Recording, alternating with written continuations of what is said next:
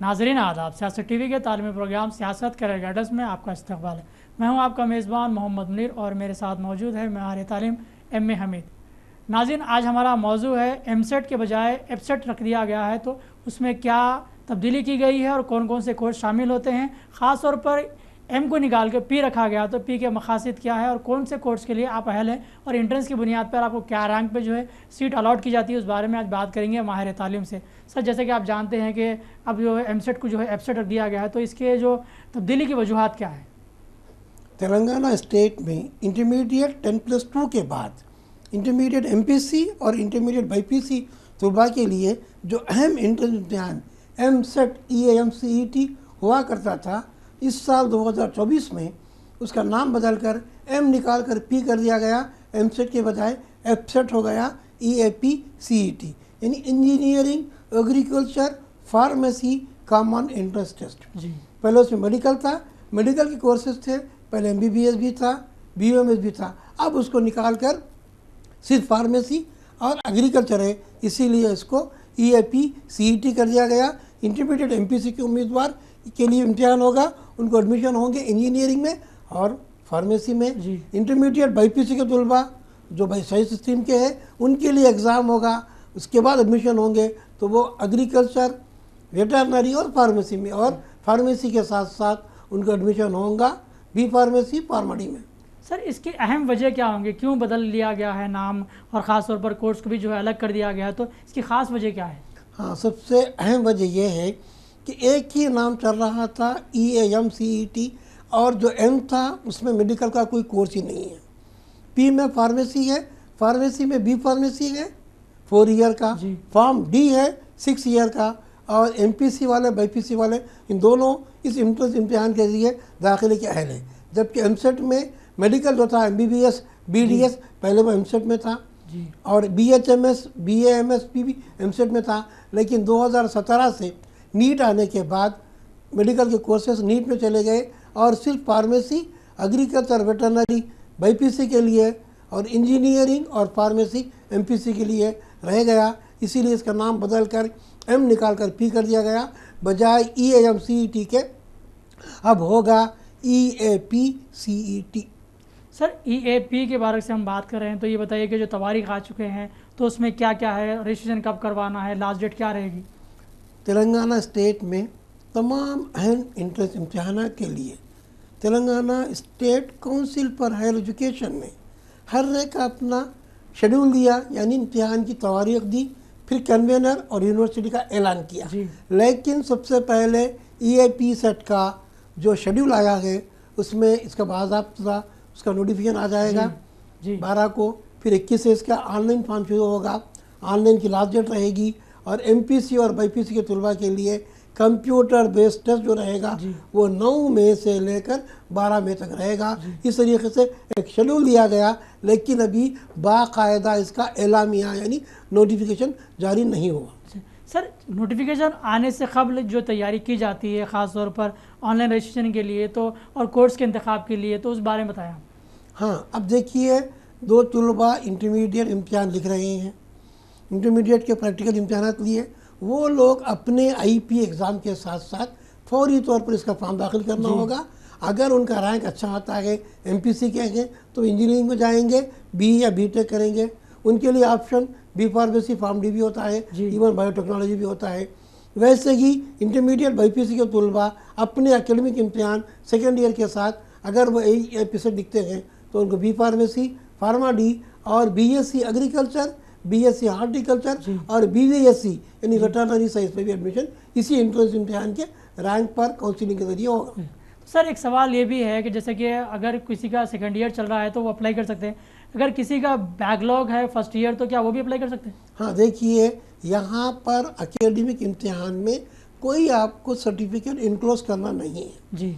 अब इस वक्त आप इम्तिहान लिख रहे हैं, अपना हॉल टिकट नंबर डालकर आप इम्तिहान में शरीक हो सकते हैं।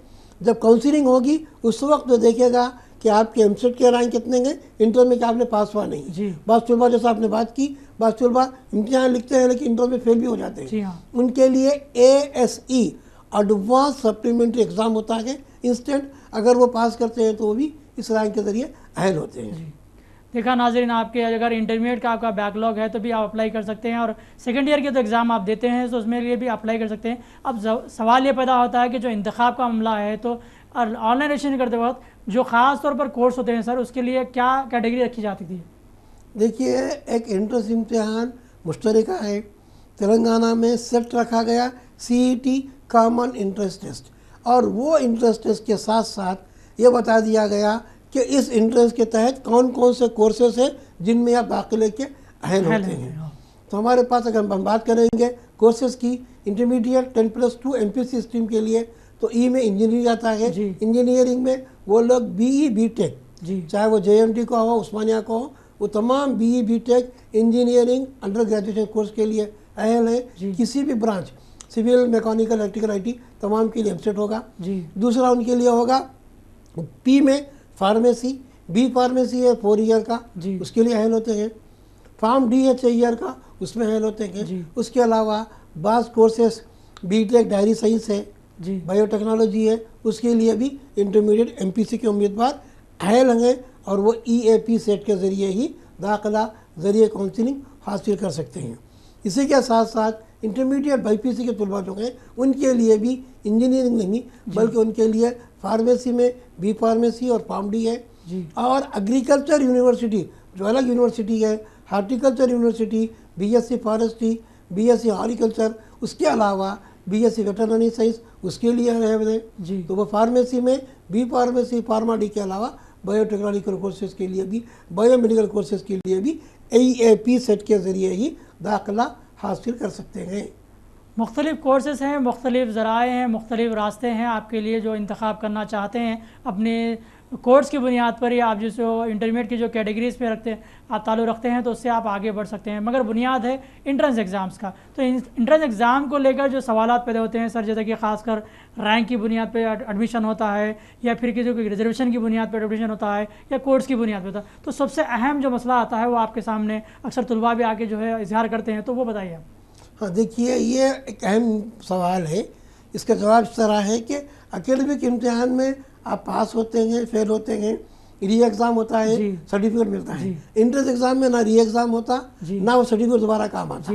यहाँ पर क्वालिफाइंग मार्क्स हैं। और एक अहम बात यह है कि इसमें इंटर के मार्क्स पहले वेटेज में लेते थे, अब इसी का पेपर जो 160 मार्क का आता है, इसके मार्क्स होते हैं क्वालिफाइंग मार्क, यानी क्वालिफाइंग मार्क्स से आप अपने आप को कामयाब करार पाते हैं। तो यहाँ पर 25% यानी सिर्फ 40 मार्क्स अगर आप 160 में लाते हैं तो वो आपके क्वालिफाइंग मार्क्स होंगे, आप अहल होंगे। अब रही बात रैंक की, जिसके जितने अच्छे मार्क्स रहेंगे उनका उतना अच्छा रैंक रहेगा। स्टेट लेवल का रैंक है 1, 2, 3 से लेकर 80,000 बच्चे हैं तो आपका रैंक 80,000 तक आएगा। जब नए बच्चे क्वालिफाई होते हैं उन तमाम को रैंक दिया जाता है, जो बच्चे क्वालिफाई नहीं होते उनको रैंक नहीं दिया जाता। बड़ा अच्छा जवाब है, लेकिन सवाल ये पैदा होता है इसके अंदर कि अगर आप एब्सेंट लिखना चाहते हैं या एब्सेंट लिख रहे हैं तो उनके लिए ज़रूरी है कि वो रैंक और क्वालिफाई के दरमियान में जो फ़र्क आता है उसको वाज़े तौर पर देखें, क्योंकि अगर आप रैंक हासिल करना चाहते हैं या फिर क्वालिफाई होना चाहते हैं तो उसके लिए अलग अलग ज़ुमरों में डिवाइड हो जाते हैं। सर, एक अहम मसला है जैसे कि क्वालिफाई होना और रैंक तक पहुँचना। देखिए, एक इम्तिहान आप लिख रहे हैं, क्वालिफाई हो रहे हैं, रैंक मिल रहा है, लेकिन आपको काउंसलिंग में सीट नहीं मिलेगी। इंट्रेंस इम्तिहान एडमिशन टेस्ट है, एडमिशन के लिए है, दाखिला इम्तिहान है, आपको दाखिला लेना है। जस्ट क्वालिफाई कर लेंगे, आपको मार्क्स आ जाएगा, रैंक कार्ड आएगा, आप काउंसलिंग अटेंड कर पाएंगे, लेकिन सीट नहीं मिलती। क्योंकि जो रैंक होता है, अच्छे अच्छे रैंक को कैटेगरी वाइज फ्री सीट मिलती है, अच्छे कॉलेज में मिलती है, फिर रिएम्बर्समेंट होता है। अब जस्ट क्वालिफाई करेंगे, मैनेजमेंट कोटे में जाएंगे, आपको हर साल पैसे अदा करना होता है, हर साल फीस पे करना होता है, फिर रिएम्बर्समेंट भी नहीं होती, ना ही आपको स्कॉलरशिप मिलती। इसीलिए इंट्रेंस इम्तिहान में कामयाबी या क्वालिफाई होना अहम नहीं है, बल्कि अच्छे रैंक लाना, अच्छे निशान लाना, तभी आपको अच्छे कॉलेज में अच्छे कोर्स में दाखिला मिलेगा।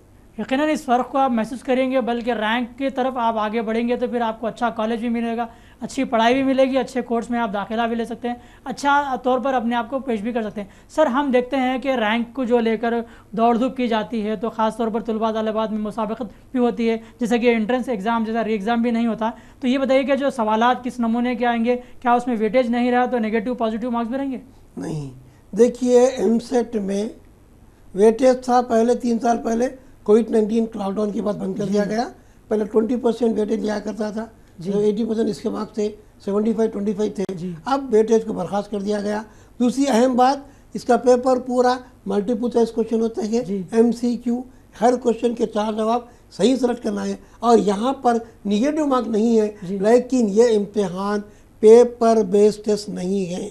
ना पेपर पर होता, ना पेन ना पेंसिल, बल्कि आपको कंप्यूटर पर लिखना होता है। CBT computer based test computer पर करना है। जी सर, अब जब सवालात कंप्यूटर पे आएंगे, स्क्रीन पे आएंगे, तो ऑप्शन रखे जाएंगे, तो ऑप्शन का जो इख्तियार रखा जाएगा वो आपके पास आएंगे, तो उसका थोड़ा सा खुलासा करें आप।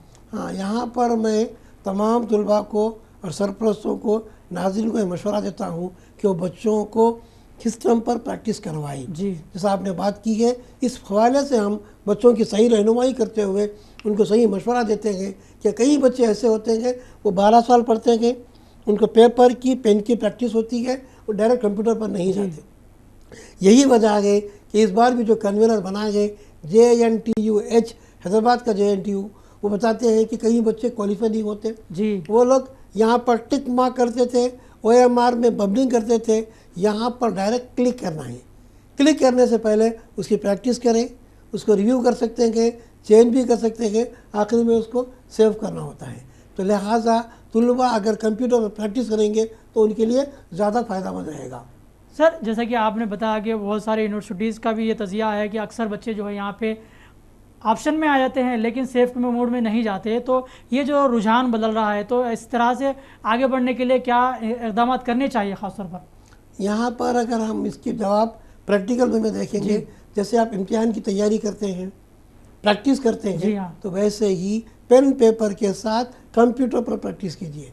चाहे आप मोबाइल पर फोन करें, लैपटॉप पर करें या सिस्टम पर करें, कंप्यूटर पर प्रैक्टिस करने से आपको आइडिया होगा। स्क्रीन पर क्वेश्चन है, स्क्रीन पर 4 ऑप्शन है, आप क्वेश्चन को पूरा रीड कर रहे हैं, क्लिक कर रहे हैं, फिर सेव कर रहे हैं, फिर वहाँ पर आपको आ रहा सेव बटन, फिर बाद में रिव्यू है, चेंज भी कर सकते हैं। आप उसको जो है कैंसिल करने के लिए जो डिलीट ऑप्शन होता है उसको रिस्पॉन्स को भी कर सकते हैं। जी, बड़ा अच्छा जवाब है आपके लिए। अगर आप इंट्रेंस एग्ज़ाम्स के लिए तैयारी कर रहे हैं तो आप CBT एग्ज़ाम्स की तैयारी करें, ताकि आपको ये एहसास हो सके कि कम वक्त में सही जवाब का इंतखाब, फिर उसे किस तरह हम सेव कर सकते हैं और किस तरह हम देख सकते हैं कि हमारा जो इंतखाब किया हुआ जवाब वाकई दुरुस्त है या गलत है, या फिर उसको हम चेंज भी कर सकते हैं। तो सर, अक्सर देखा जाता है कि इम्तिहान को लेकर टाइम का जो एक शेड्यूल दिया जाता है कि 1 घंटे के अंदर या 2 घंटे के अंदर या 3 घंटे के अंदर कंप्लीट करना है, तो इस तरह अगर CBT एग्ज़ाम के तौर पर वक्त दिया जाएगा तो उसका कैसा इस्तेमाल कर सकते हैं? बिल्कुल सही है। जैसा कि इम्तिहान में टाइम पर पेपर दिया जाता है, टाइम पर पेपर लिया जाता है, यहाँ पर भी टाइमर आपके पास होता है। जब आप क्लिक करते हैं आपका टाइम शुरू हो जाता है। जिस वक्त आपका टाइम ख़त्म हो जाएगा, सिस्टम से क्वेश्चन आउट हो जाएंगे। तो इस तरीके से यहाँ पर आपको 3 घंटे का टाइम है, तो 3 घंटे के टाइम पर जो शुरू होते हैं ख़त्म होने तक आपको टाइम रहेगा। इस तरीके से टाइम भी सेट होता है हर एक के सिस्टम पर, इसीलिए उसके अपने सेंटर भी अलग होते हैं।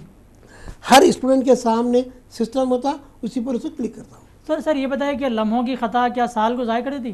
बिल्कुल।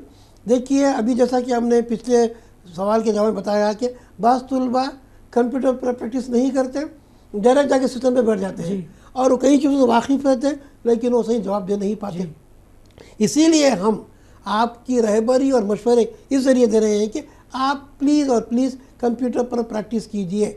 जब आप एग्ज़ामिनेशन हॉल में जाएं, आपके सामने सिस्टम रहा, वो आपके लिए ना पहली बार हो, ना ही आपके लिए अजनबी हो, बल्कि आप प्रैक्टिस करने से वो आपको सहूलत बख्श हो जाएगा।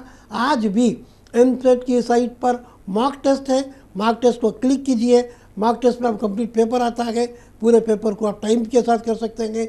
क्लिक करने पर ग्रीन हो जाता है, क्लिक नहीं करने पर रेड रहता है, आंसर नहीं देने पर ब्राउन होता है, कलर भी चेंज होता है, कितने क्वेश्चन किए मालूम भी होता है, और आप रिव्यू बटन दबाकर पूरा पेपर रीड कर सकते हैं। ये भी नहीं कि स्क्रीन पर एक क्वेश्चन आया, सिर्फ आप एक क्वेश्चन ही किए फिर नेक्स्ट दबाए, बल्कि आप पढ़ते हुए देखें क्वेश्चन नंबर 7 पहले आया, 7 पहले कीजिए, फिर 10 आया, फिर 12 आया, पढ़ते हुए आप कर सकते हैं। बड़ा अहम जवाब है आपके लिए, मशवरा है, और ऐसे सिग्नल्स के भी वाज़ेह कर दिया गया है कि अगर आप जवाब देंगे तो कौन सा कलर आएगा और जवाब ना देंगे तो कौन सा कलर आएगा। अगर आप कुछ आगे बढ़ना चाहते हैं तो उसके लिए कौन सा कलर आपके लिए है वो भी उसका इंडिकेट किया जाएगा। तो सवाल ये पैदा होता है सर, जैसे कि हम देखते हैं कि इंट्रेंस एग्ज़ाम्स हमारे मुस्तकबिल को जो है आगे बढ़ाता है, हमारे मेयार को ज़ाहिर करता है। तो अहमियत के अतबार से बताइए कि इंट्रेंस एग्ज़ाम हमारी ज़िंदगी में क्या तब्दीली ला सकता है। दरअसल इंट्रेंस इम्तिहान लाइफ का टर्निंग पॉइंट है। एक इंटरमीडिएट एमपीसी का तलबा अच्छे इंजीनियरिंग का रेजोल्यूशन बनेगा तो अच्छा इंजीनियर बनेगा जी। अगर वो वेटरनरी का डॉक्टर बनना चाहते हैं तो आपके मुस्तकबिल का इन्हिसार इसी इंट्रेंस इम्तिहान पर है। अच्छा रैंक, अच्छा कॉलेज, अच्छा कोर्स। जी। इसको बहुत ईजी लेना नहीं है, लाइफ का टर्निंग पॉइंट है। जितना अच्छा पढ़ेंगे आपको उतने अच्छे कॉलेज में एडमिशन मिलेगा। जी। तो सर अब रैंक की बुनियाद पे हम बात करेंगे तो कौन सा रैंक हमारे लिए अच्छा रहेगा और कौन से कैटेगरीज में हम जा सकते हैं। देखिए, एडमिशन हम 3 मरहले होते हैं। एक आपका ऑनलाइन फॉर्म सबमिट करना, एक एग्ज़ाम लिखना, रिज़ल्ट आना। रिज़ल्ट के बाद जब रैंक आएंगे, रैंक के बाद का मरहला होता है काउंसलिंग का। जिस वक्त काउंसलिंग शुरू होगी, काउंसलिंग के बाद आपको कैटेगरीज बना दिए जाएंगे, कितने कैटेगरीज है, कौन सी कैटेगरी में कितना रैंक तक एडमिशन जाएगा। अभी सिर्फ नोटिफिकेशन आया है, आप अच्छे से मास कीजिए। उसके बाद देखिए क्या BCE में आते हैं, क्या EWS में आते हैं, क्या PWD में आते हैं। जिसमें आप आएंगे उससे आप एडमिशन कर पाएंगे। मुख्तलिफ़ कैटेगरीज़ के डिवाइड के तौर पर देखा जाए तो जो आप अहलियत रखते हैं, काबिलियत रखते हैं या जहानत रखते हैं या रैंक की बुनियाद पे है, वो उस कोर्स में आपको दाखिला मिल सकता है, मिल भी जाएगा। अब हम बात करेंगे MA से। सर ये मजमूई तौर पर हम जायज़ा लें तो ये बात सामने आती है कि अक्सर इंट्रेंस को लेकर जो सवालात बच्चों के जहन में होते हैं वो किस तरह के होते हैं, हर काउंसलिंग में किस तरह के मसाइल से वो दरपेश हालात से गुजरते हैं, तो उसके लिए हल क्या निकल सकता है। इंटरमीडिएट के तालिबे इल्म 2 ईयर्स तक inter first year, inter second year पढ़ते हैं, थ्योरी का प्रैक्टिकल का एग्ज़ाम देते हैं। उसके बाद उनका जब सामने तो दूसरा मरहला आता है वो इंट्रेंस इम्तिहानात का है। कई बच्चे रिपीट करते हैं नीट में, MCET में कोई रिपीट नहीं करता, लेकिन उनको फौरी तौर पर इम्तिहान लिखना है। तो उसके लिए उनके ज़रूरी है कि वो अपने इंटरमीडिएट के निसाब, उनका जो सिलेबस था, जो करिकुलम था, उसी से मुहैया थे। फ़र्क ये है कि वहाँ सब्जेक्टिव डिस्क्रिप्टिव था, यहाँ पर totally objective multiple choice based रहेगा।